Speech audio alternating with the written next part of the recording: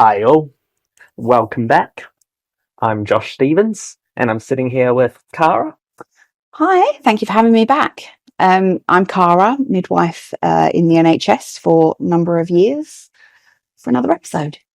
Excited to see you again. So today we're really going to be focusing on delivering safety in maternity. And in previous episodes, we've discussed a lot how you have to wear many hats in maternity. Yeah. And I know healthcare workers can be incredibly passionate about safety. How do you handle implementing new safety initiatives? Well, the beauty of healthcare as a whole is that the very ethos of it is to deliver the safest care, no matter what facility that is in. And we are so lucky that we have so much research and all these people that, build all this evidence for us to implement change.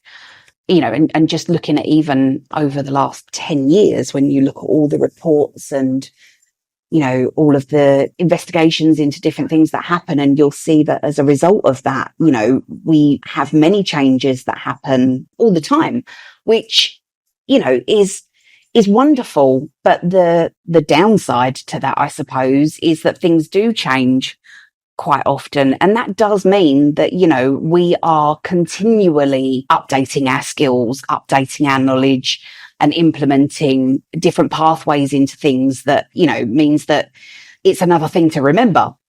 So, great that there's so much change available. And I know a lot of it's based around education. And as you said, there's so much research that goes into it.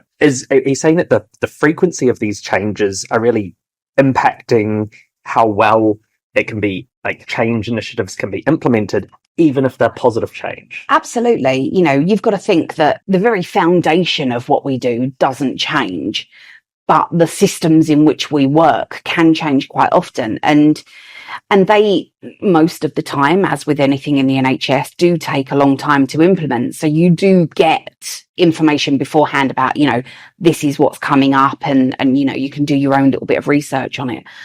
But the actual implementation of it does take a bit of time, because you've got to think how many people there are that are working in a team that all have to abide by this new change and implement it, and the amount of people that it takes to train and then go off and deliver that change. It can be quite a slow process. And by the time you've learnt that, something else might have changed. I feel like I've been saying this a lot throughout these conversations with you, but it sounds difficult. Yeah. There's always new changes, and that can be something so simple as a new piece of equipment to a brand new policy change. So do you have an example to sort of help me better understand, like, if there is a new policy, as you mentioned, how that went, what it looked like, what's difficult? Yeah. So I think like the biggest thing that I can think of, certainly while I've been a midwife, was the implementation of saving babies' lives. So there's a few different versions of it, because, as I say, things get were you not updated. Always saving babies' lives? Yes, that's essentially the crux of it. Was it just the naming? The naming of the report and the care bundle that was implemented was designed to prevent stillbirth and preterm birth. And it was implemented over a few phases, so the biggest change was all of a sudden we had this whole cohort of women who fell into a particular category that were then on a pathway to have extra scans during pregnancy. And even just getting your head around that cohort of women, different diseases or illnesses or different BMI, for instance, smoking, all of these women would then have extra screening throughout their pregnancy. So even just getting to grips with what women were having the extra scans, what weren't, when do you use a tape measure, when do you send for a scan, all of these things, it took a long time to actually get it right. And then, like I say, before you know it, a new version comes along. But yeah, that was a really big change to kind of implement. So we're sitting here, certainly the theory of it makes sense, and I appreciate it's a no-brainer, should be supported, should be implemented, and it improves, hopefully saves babies' lives, as it's called. Does that match up with the actual application, like practically, of how it went, how it goes? Yeah, so it all sounds very good on paper, doesn't it? when you think about it logically, it's like, yes, all of these women are going to have extra scans. And so therefore we're monitoring these babies closer. But then all of a sudden you've got to implement a whole bunch of extra scans. You know, you've got to pull appointments out of thin air. And then on top of those already very, very, very packed clinics for scans, you've then got referrals when you do find something in clinic that you need to then refer on because of this pathway. So, you know, it comes down to actually funding and staffing for a change, and actually implementing these things is really quite difficult. So, I mean, again, a common challenge that we've come back to is staffing. Yeah. is really difficult. Seems to be our theme. It does, and it seems to be well documented as well. Yeah. throughout the country. Yeah. So, is it just the staffing challenge alone, or is it bigger than that? The challenges of actually applying this improved safety. Yeah, I mean, you've got to think all the way back to, here's an idea on paper. This is what we're going to do. This is going to save this many babies. You know, we can prevent this many stillbirths. And it's like, yes, excellent. Let's implement it. But then you've got to think, right, now you've got to, you know, have extra scan clinics, which means extra sonographers, which means extra time slots, which means extra rooms, extra equipment. Then you've got to think about the training that's involved. So you've now got to train all of these midwives on which women have extra scans, what the differences are out in community where you're going to refer in for these extra appointments for scans where there's a deviation from the normal. And then on top of that, you've then got the education for the women. You know, it's all of a sudden, it's like, you're going to have some extra scans. And they're like, well, why?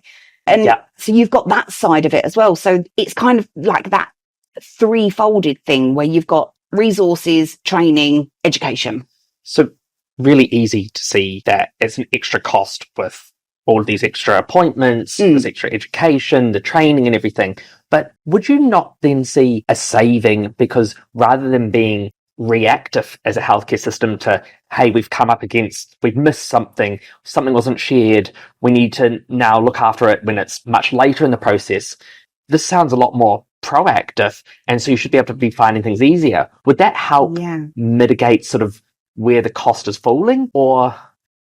Yes and no, because like you say, you're now being proactive in circumstances where extra monitoring is needed. However, there is always that element of we are human. And so therefore, you know, we've got all of this extra information that we're now dealing with. We've got all of these extra implementations of pathways, etc. And you need to think about how we are processing in our brains all of this different information and how things can get missed, or how things can escalate, or, you know, different midwives who've seen different women and the input is maybe slightly different. So yeah, it's a much bigger picture when it comes down to that cost saving element against, you know. I think this is one of the complexities of healthcare, is it's such a big beast where you can make all the right moves and decisions and strategic sort of implementations of things, and there's so much else going on. There's so many other arms and legs to everything. We are human, you know, when we're already juggling so much information, there's always that room for human error. So there is something I was wanting to ask you about, and I've seen there was a big new initiative called Better Births in 2016. And then, you know, the old big COVID came along in 2020 and completely shut it down. Yeah. So seems to be quite aligned with a lot of what you've been talking about. And I know sort of high level, it was more about being able to deliver that one-to-one care. Yeah. You were working as a midwife through all of that. Yes. How did you guys feel about the direction that was going? I mean, as I just said, you know, particularly with that saving babies' lives thing, where you have that element of different midwives giving care, and, you know, there's always going to be differences and nuances in how people deliver that care. Whereas with the Better Births idea, when that came about, it was very much like, this is how we want to work. So the idea behind Better Births is that every woman has a named midwife, and she sees that midwife regularly throughout her care.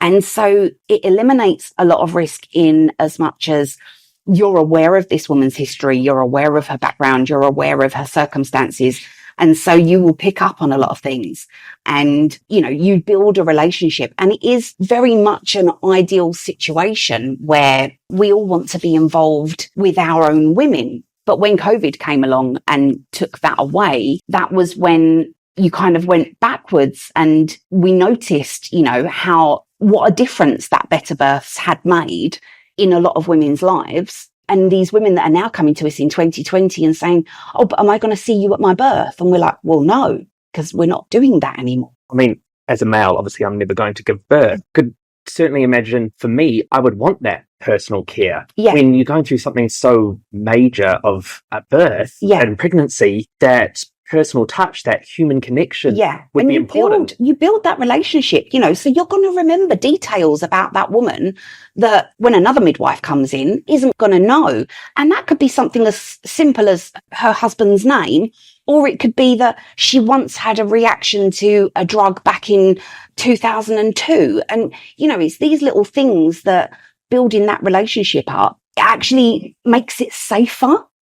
Absolutely. So that's quite interesting to hear that also as a midwife, that is also the sort of care you want to give. Yeah. You want to give that. Yeah, absolutely. You want to continue with the same patient and be able to give that higher level. Yeah. And again, it comes down to that whole community and hospital can be two different settings. Whereas when you've seen that woman in community and you then follow her into hospital and you're with her when she gives birth, she is way more relaxed and way more trusting of you and therefore has a better experience, which again makes it safer. Absolutely. It would also take a huge collaboration, though, working with them, the same person all the way through in the different sort of sections. So again, it's that wearing multiple hats is just going to be even more amplified. Yeah. I mean, I did that role for just over a year into 2020 when it was kind of pulled, and I did it for a long time and absolutely loved that way of working because like you say, it is personal and you do pick up those little nuggets of information that someone else who's never met this woman before isn't going to pick up.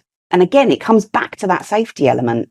So to sort of wrap up everything you're sort of saying there, that in order for midwives or healthcare workers to focus on delivering the safest care, what are the sort of things that can be improved? Well, if we talk about implementing changes, but if things were streamlined in such a way that, for instance, with better births, where you have that kind of connection and you have that simple way of working that makes it easier for healthcare workers, for the women, for their families, etc., etc. When you've got streamlined services and you've got cohesive, collaborative working, you're not going to omit pieces of information that could essentially be key to their outcome, basically. And it's developing that trust and it's developing those safety aspects that will give ultimately the best outcome.